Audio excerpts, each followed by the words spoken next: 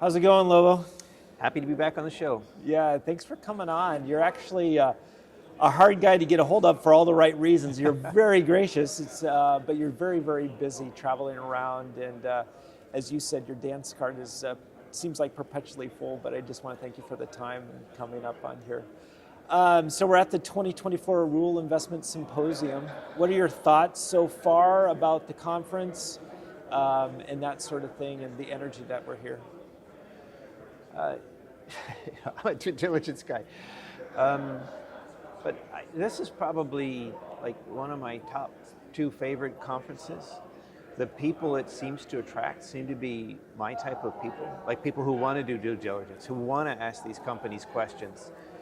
I have typically a dinner or a cocktail reception or something for readers when I go to conferences, and this one is always packed. It's the biggest. You know, there just seems to be more of my type of people at this conference, so I like it. Yeah, excellent. So when we last talked, this was about in really the springtime, and it was really a fascinating conversation because we have this thesis that we're heading into a recession, and what a lot of people assume when that happens, everything is going to drop, and so you were positioning yourself, you were going to be really long gold and heavy gold, which would benefit from going into recession. The other side of that, and it is really a supply side equation, is you're really bullish and long uranium. And you had 2 yellow metals. Yeah, exactly. And so, yeah, talk about that, how that is going for you, if your thesis has changed, and where are we at with all that calculus? Yeah, sure. So the update would be that I've actually added silver to the mix again, despite being branded Darth Silver. I've never actually been anti-silver. I just, had the bad grace to say that if we go back on a gold standard, we probably would not see silver circulate again because it's not necessary anymore to make change.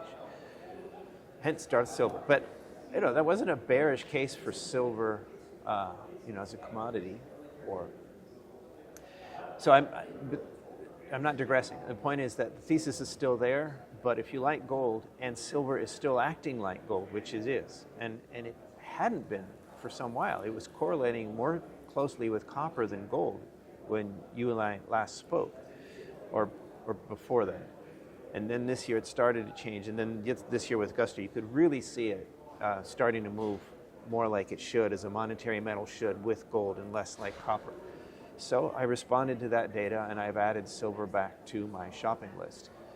My problem with silver isn't the metal or my interest in speculating on stocks that have leverage. It's finding a great silver play that's not in a basket case country going the wrong direction.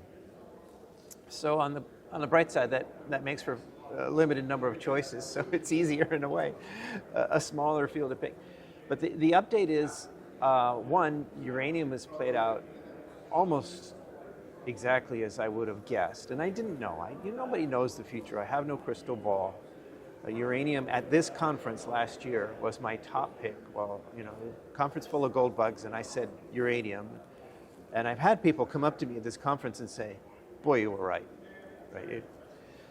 But also, I'm not a perma bull or a cheerleader. When uranium went vertical and went over $100, I said, that's way more than it needed to go up, and a bit of a correction would be to be expected. And that's where we are now. Boy, did I get a lot of hate for that too. You nailed Darth it, though. Uranium. Yeah. But the supply story hasn't changed.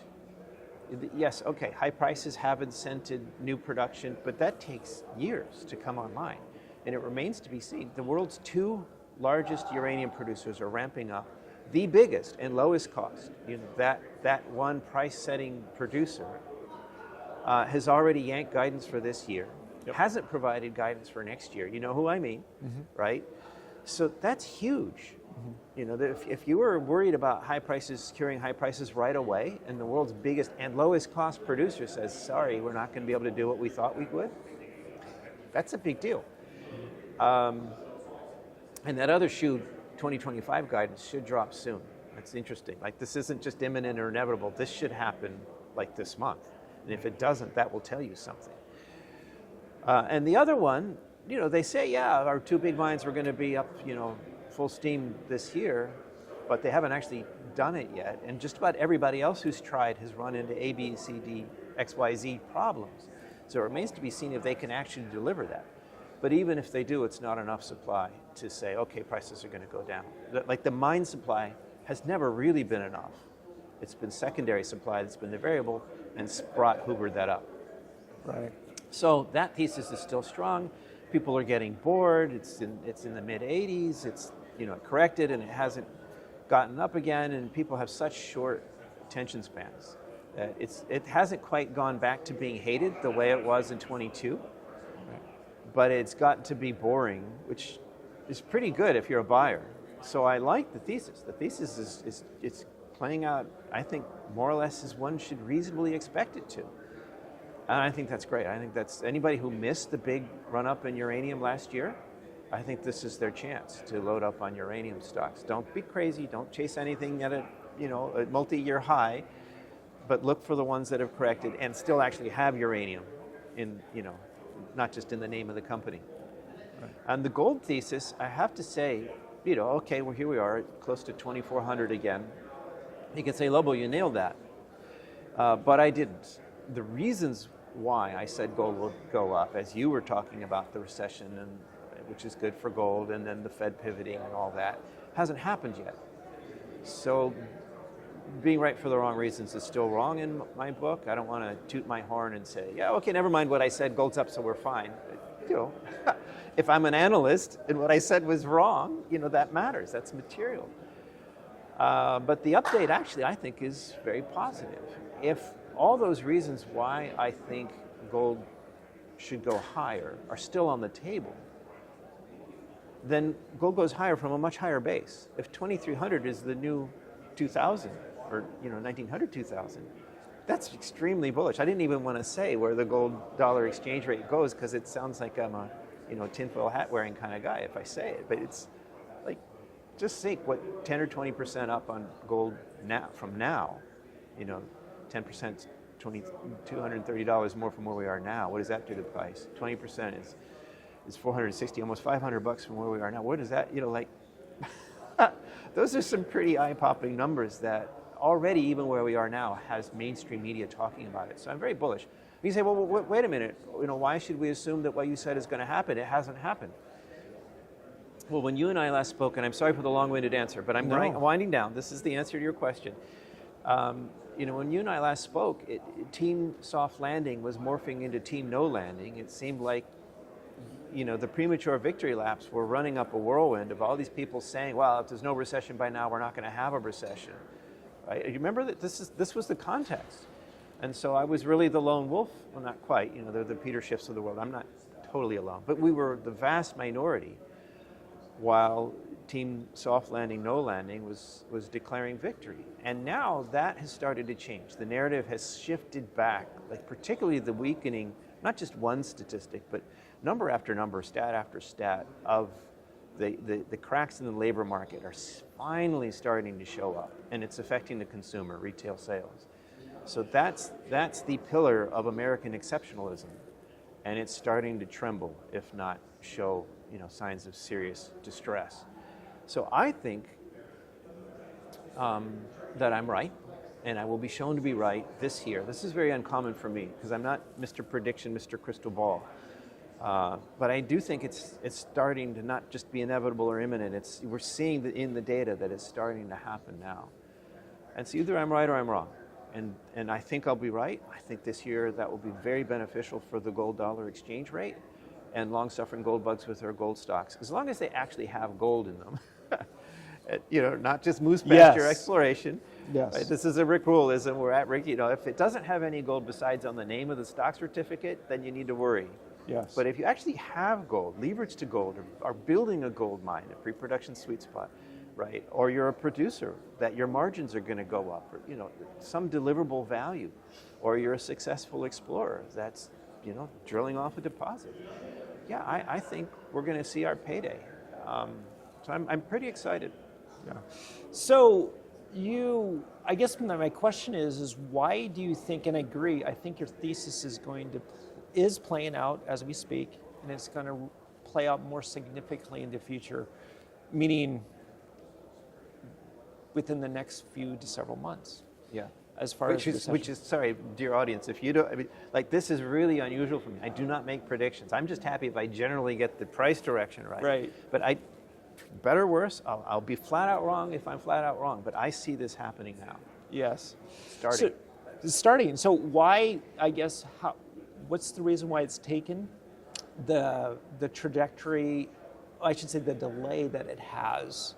And it was my expectation too that we would be in full-blown recession in the springtime, late springtime and summer. And again, these things are so hard to nail, I get it. But yeah, well, it's not just that. It's not just, oh, it's tough. I get it. But it's two things. One is I was wrong, like many people, when the Fed went, like from 0 to 500 basis points. Shock things didn't break immediately. Yes, yeah. I drank that Kool-Aid. I thought that we would see more breakage, not just 3 medium-sized banks, but I thought we'd see more fireworks sooner. Yeah. I really thought that, and I was wrong. Yeah.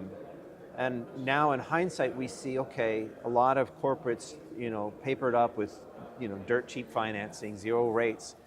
And even households, they got mortgages or even second mortgages at ridiculously low, your mortgage has flipped from being a liability to an asset in some cases. If your mortgage rate, if you've got a fixed mortgage at 3% or something in a 5, 6, whatever, 7% mortgage rate, like that bank is hemorrhaging cash. They would love to buy out your mortgage.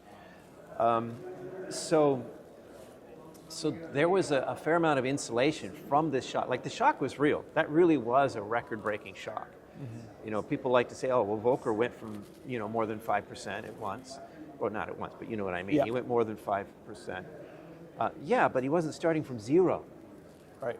So, proportionally, 0 to 500 is like infinite. Right. Right? Actually, 0 to anything is mathematically infinite, just about. I know there's a mathematician out there that's going to argue with my definition, but go with it for practical market purposes. So yeah, I really thought that would break things, and I didn't appreciate the insulation that would have. I also didn't appreciate the post-COVID labor hoarding and the behavior patterns that were really altered by that experience, and on the employer side as well as on the consumer side. The revenge spending, like revenge travel? Like, how is that even a thing? Right. But it was, still is. Right. Even like right now, we're looking at serious signs of the labor market cracking. I don't mean just initial signs. I mean like second month, second read, this is weakening. The indicators are there, and yet the airlines are all saying they're looking at a record holiday travel season this summer. And I just tweeted, there was a headline in the BBC about the U.S. consumers racking up credit card debt for their groceries and going into debt, having to downsize their lives, downgrade their lives, and racking up debt and sorry, but the photograph of the person interviewed is not excessively thin. I'm trying to be as diplomatic as I can here without getting too much hate. And one can't help but think, this person could perhaps use with a little belt tightening. But where I'm going here, I'm not trying to make fun of this person. I'm actually talking about America and the spending patterns. Yep. So I think when the dam breaks here, it's not going to be a mild event. That's the sort of refusal to face reality. Or let's put it this way: let's leave the poor people who are having to give up their. I mean, poor as in sad, not necessarily just poor, middle class too, everybody who's having to give up their aspirational lifestyle and live within their means. That has, you could say, salubrious effects, but in an election year that could have catastrophic effects. But back on the corporate side, on the business side, if you're a business that didn't lay off people you should have because you were afraid you wouldn't be able to get them back, like post-pandemic, you made a bad business decision. You maintained your expenses higher than you needed. And I'm not trying to be cold-blooded, but in a way I am. Like, if you hold on to 10 to 20% of your staff because you don't want to let them go or you're being warm-hearted or whatever, and you go bankrupt, well, now you've laid off 100%. Right. So by being kind to the 10 or 20%, you've actually been stupid and been unkind to 100%. This is not kindness to be a bad business manager. That's really the point. That's the ultimate lesson of economics, whether it's the seen and the unseen or Adam Smith's invisible hand. It is not a kindness to be stupid in business. And so if I'm right, if that's where we're headed this year, we're going to see a lot of kindness unmasked. And that will be salubrious for things real, like gold and silver, uranium, real estate. It'll be interesting, real estate, because high interest rates are bad for real estate. But if I'm right and the Fed pivots, the interest rates go down, and we could see real assets of all stripes really show their colors here. I don't want to get into the prediction racket here, but I'm just saying, we're at an inflection point. Actually, I believe the inflection point is probably behind us. When the tide stops rising and starts falling, that instant is imperceptible, and over time you start saying, "Oh yeah, the tide has changed." Yeah. I think that's where we're headed. Yeah. So let's talk about the what you're looking at and doing. We don't have to go into specifics, but I do want to say, like, your thesis on, I want to get this right, the pre-production gold mine, if you would. I want to say that correctly. I think that's just brilliant, and I've actually counseled some family members, like my dear old mother, "Mom, look at this," But I want to layer into that. Is that all you're looking at as far as, are you looking at some really good plays? And again, you don't have to name drop. Right. No, I got it. So, and I don't. Yeah. Going from the theory to how do I put this into practice? Okay. So, but to wrap up with the theory, right now I like gold, I like silver, I like uranium. Yeah. And like nothing else at the moment, because I do think we're going into undeniable recession. Now, I also think that the powers that be will instantly go to free money again. Right. The free money helicopters will fly. So I'm not talking long, protracted recession. But I do think there's a scare point where copper gets whacked, oil gets whacked, things I like, everything gets whacked. Right. And sorry, one more clarification. A recession doesn't necessarily mean a market crash, right? In fact, a recession could make the market soar because the Fed pivot, or sorry, the Fed put. The Fed has trained investors to believe that bad news is good news. Right. So a recession could have investors say, "Oh, the Fed's going to pivot, easy money's coming," and you could see stocks hit new all-time highs. Mm-hmm. So I be very clear that a recession is not necessarily a market crash call. If there's a market crash, then even gold gets whacked too, because you need the liquidity, right? There's that 2020, 2008, yep. Right? That short, sharp negative spike, which is a buying opportunity if that yep. happens. Should we be so lucky? Right. Sell blood, garage sale, whatever, back up the truck during that negative spike. Mortgage the house. Right, to go along those things that we know come screaming back. But if there's no market crash, that doesn't happen. So don't wait for that. And don't sell everything waiting for the market crash, because it may not happen. The recession, I think, does happen. I think that's very bullish for gold. So gold, silver, and uranium, because uranium is fairly recession, not proof resistant. Uranium has gone sideways to up in the last 3 or 4 recessions. Not a bad track record. No. Everything else, even oil and copper, which I love, is afterwards. So afterwards, oil, copper are the starting places, and then we'll see about nickel, zinc, or anything else. That's the big picture. Now, implementing this, I have a couple favorite strategies. One is the pre-production sweet spot that you mentioned. Yep. Another is what I call success in progress. And those would be 2 of my favorites. And then it's just anything where I see the trend, the momentum, not just momentum, that this is happening, right? This is happening now, and this is something I want, like a growth story in a producer that it's making money, and they have a clear expansion, not just potential, but like here's phase 2 of the mine, and it's twice as big, that sort of thing. Right. So coming back to your question, the pre-production sweet spot is hands down my favorite strategy for like stock picking, because the numbers are phenomenal. The number of companies that succeed at building their mine. And the pre-production suite is pre-production. So it's not just anybody building a mine. It's a company making that transition from exploring, literally pouring money into holes in the ground, drilling, right, to producing, which is literally taking money of a great big hole in the ground. So there's a market re-rate there. And that is it's not perfect, but it has a very high odds of delivering substantial gains. And there's a free report on this on the website. Just look on the free report section, pre-production sweet spots. Rick Rule, here at the conference, Rick has called this the greatest discovery of my career, the greatest thing I've ever done. So yeah, I love it. The problem with it is that how many companies do this per year? It's just a handful. Mm-hmm. Even a handful might be generous. It's like 1 or 2 per year.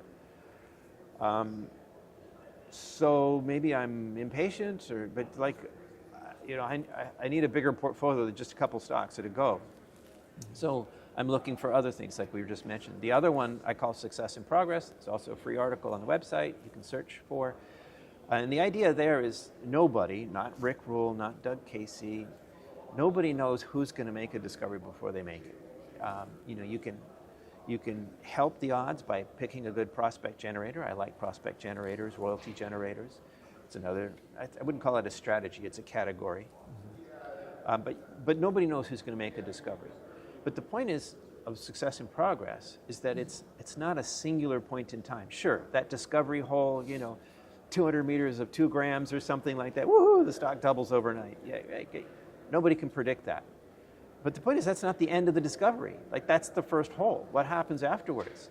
They drill on either side and guess what? There's nothing. It was a pipe. It wasn't there. It's not real. Or they drill on either side and they hit, okay, 1 gram here, 3 grams there. Well, now there's something there. And then from there to defining a resource, your first 43-101 compliant, we've got 2 million ounces at 1.5 grams per ton or whatever it is, right? There's a whole process there. And if that's happening, you can see predictability in the drill results.